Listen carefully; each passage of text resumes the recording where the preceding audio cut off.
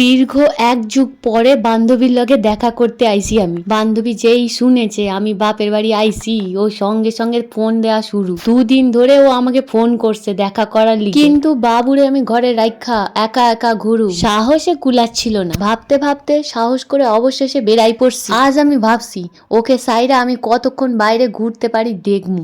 এদিকে তো আমি সবার সাথে জম্মের ঘোড়া ঘুরছি। কাঠ ফাটা রোদের মধ্যে হাইটা হাইটা পা দুখান একেবারে ব্যথা হয়ে গেছে।